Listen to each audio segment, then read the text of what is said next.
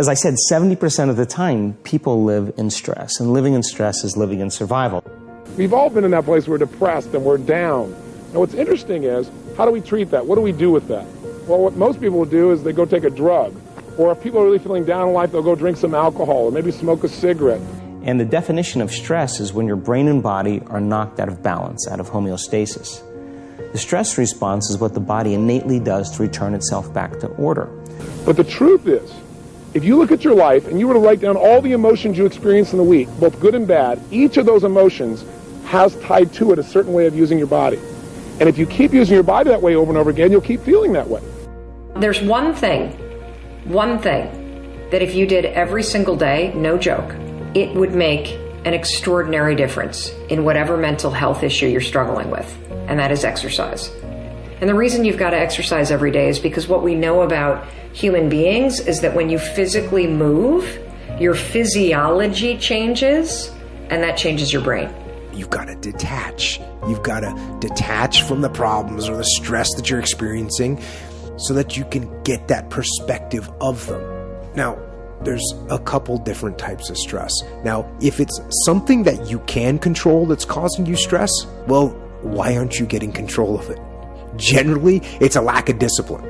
So you gotta have the discipline to grab control and make it happen. And when I say you need discipline for that, what that means is these stresses that you're avoiding, they're not gonna go away if you avoid them. So take the discipline to face the stressful situation. Get ahead of it. Don't be afraid of it.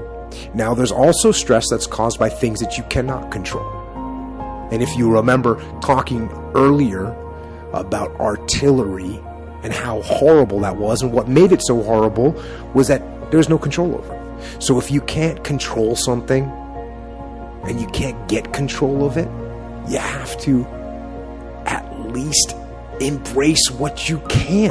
And I'm not saying you're going to embrace artillery shelling, but I'll tell you what, there's only so much you can do, and you cannot completely eliminate it. But you can't control it, so why are you going to worry about it? Why are you going to stress about it? Getting your heart rate up, getting outside, breathing, feeling connected, getting out of your house, which may make you feel depressed and trapped. Doing that every day, that physical push. You don't have to run. You don't have to go to an aerobics class. Get outside with your dog in the woods. Walk with a good friend for 2 or 3 miles. Doing that every single day not only moves your body, which changes your mind, it gets you out of your physical environment, which is one of the things that people with depression tend to have a hard time doing. And it also creates a bit of momentum and a bit of a routine in your life. You take on just that single thing. Get outside and exercise every single day as if your life depends upon it. Because you know what? It does. Your brain needs it. Your body needs it. Your mental health needs it. Meditation was fantastic. Meditation is the biggest gift that I can give anyone. And I would say more than anything, it is whatever reason for success I've had. Because it allows one, back to the 2 U's, I'll clarify.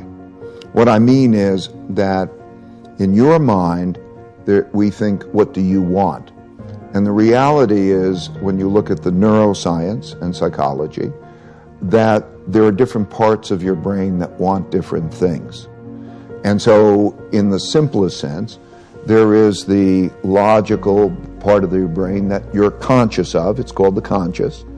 And you think you're being logical and you want to make those decisions. And then there's the subliminal, below the limbic system, part of the brain, which is the emotional, and it's not as conscious to you. But it has more of an influence on you than really the logical one. And so they're not aligned. And so when you're experiencing that pain, or let's say the ego, right, there were 2 main things. You got an ego barrier and a blind spot barrier. If you can get past your ego barrier and you get past your blind spot barrier, you can accomplish anything, because you also know that you don't have to do everything, you don't have to figure it out yourself. You can take in from other people the different ways to approach things in the best possible way. And so the realization that we all are really struggling with ourselves, and to think which is in control. Meditation helps to deal with the alignment of those 2 things, because both are valuable. In other words, intuition, imagination, the things we really love come from our subliminal us's, right? Our needs, whatever they may be. They come from here, that subliminal. They may be valuable. They may be damaging. You don't know the difference. And so when they come up and you're looking at those with your logical mind and you can align those things, you're probably in good shape. If you can do that alignment between the subliminal and the logical, and you can do that with other people so that you can triangulate with other people and say, does that make sense? And get alignment.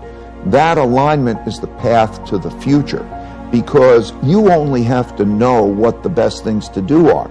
You don't have to have them all come up from your head. And for God's sakes, don't be overly opinionated, because just because you have that opinion, it doesn't mean it's true. So that's where the two U's and the alignment really is so important. As I said, 70% of the time, people live in stress, and living in stress is living in survival. And the definition of stress is when your brain and body are knocked out of balance, out of homeostasis. The stress response is what the body innately does to return itself back to order. When you turn on the stress response and you can't turn it off, now you're headed for disease, because no organism in nature can live in emergency mode for that extended period of time. It's a scientific fact that the hormones of stress downregulate genes and create disease, long-term effects. Human beings, because of the size of the neocortex, we can turn on the stress response just by thought alone. We can think about our problems and turn on those chemicals. That means then our thoughts could make us sick. So if it's possible that our thoughts could make us sick, is it possible then our thoughts could make us well? The answer is absolutely yes. So then, what are the emotions that are connected to survival? Let's name them. Anger, aggression, hostility, hatred, competition, fear, anxiety, worry, pain, suffering, guilt, shame, unworthiness, envy, jealousy. Those are all created by the hormones of stress. And psychology calls them normal human states of consciousness. I call those altered states of consciousness. So then we tend to remember those traumatic events more, because in survival, you better be ready if it happens again. And when the survival gene is switched on, you could have 10 really great things that happen to you in your day. And you just have one bad thing that happens, and you cannot take your attention off that unhappy thing, because survival gene is switched on. Many years ago, after the DNA helix was discovered by Watson and Crick, they said the blueprints of life, all diseases are created from genes. Turns out less than 5%, more like 1% of people on the planet are born with a genetic condition like type 1 diabetes or Tay-Sachs disease or sickle cell anemia. The other 95 to 99% are created by lifestyle and by choices. You can take two identical twins, exact same genome. One dies at 51, the other one dies at 85. Same gene, different environment. So all of a sudden they said, we lied. That was wrong. It's not genes that create disease. It's the environment that signals the gene that creates disease. Well, okay. But that's not the whole truth, too, because you could have two people working side by side in the same factory. One gets cancer after being exposed to a carcinogenic for 25 years. Both working for 25 years, the other one has no cancer at all. So there must be some internal order that would cause one person to not get it while another one does. So is it possible then, if the environment signals the gene, and it does, and the end product of an experience in the environment is called an emotion, can you signal the gene ahead of the environment by embracing an elevated emotion? We've done the research on this. We've measured 7,500 different gene expressions in a group of people that came to an advanced event for 4 days. And we had them doing a seated meditation, a walking meditation, a laying down meditation, a standing meditation. And at the end of 4 days, just 4 days, the common 8 genes that were upregulated, 2 genes to suppress cancer cells and tumor growth, 2 genes for neurogenesis, the growth of new neurons in response to novel experiences and learning, the gene that signals stem cells to go to damaged areas and repair them, the gene for oxidative stress was upregulated. We started seeing all these genes that are very, very healthy to cause the body to flourish. Imagine if people were doing that for 3 months. We also measured telomeres, the little shoestrings on the end of DNA that tell us our biological age. We asked people to do the work, meditation, 5 out of 7 days for 60 days. Measure their telomeres that determine their biological age. 60 days later, 74% of the people lengthened their telomeres. 40% significant change. 20% a very remarkable change. That means that they got a little bit of their life back. If it had lengthened by 10%, they got 10% of their life back. Wherever I was thinking about something else. Anxiety comes because we allow awareness to drift away from the present moment and go into the future or into the past in an uncontrolled way. So the past and the future are not bad things as long as we indulge in them or we enter them with the aim to learn from them.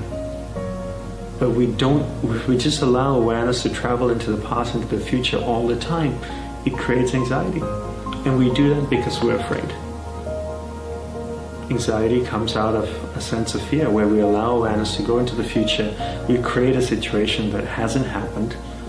We bring it back into the present and start living it as if it has already happened. You keep repeating the process over and over and over again. You build anxiety. I'm going to get sick. I'm going to get sick. You think in the future, what if I get sick? Then what happens? Oh my God, I'm going to get sick. And then you bring back the present and you start living that. 5 minutes later, you let your awareness go into the future and you think to yourself, I'm not going to get better, I'm going to get sick. And then you bring awareness back into the present again and you start worrying about it. You keep repeating this process over and over again and you build anxiety. So the way to overcome stress and anxiety is to really control where your awareness goes. Every time your awareness goes into the future or into the past in an uncontrolled way, bring it back to the present again. And just do this exercise. Be mindful of this throughout the entire day. Don't let your awareness go into the past or into the future in an uncontrolled way.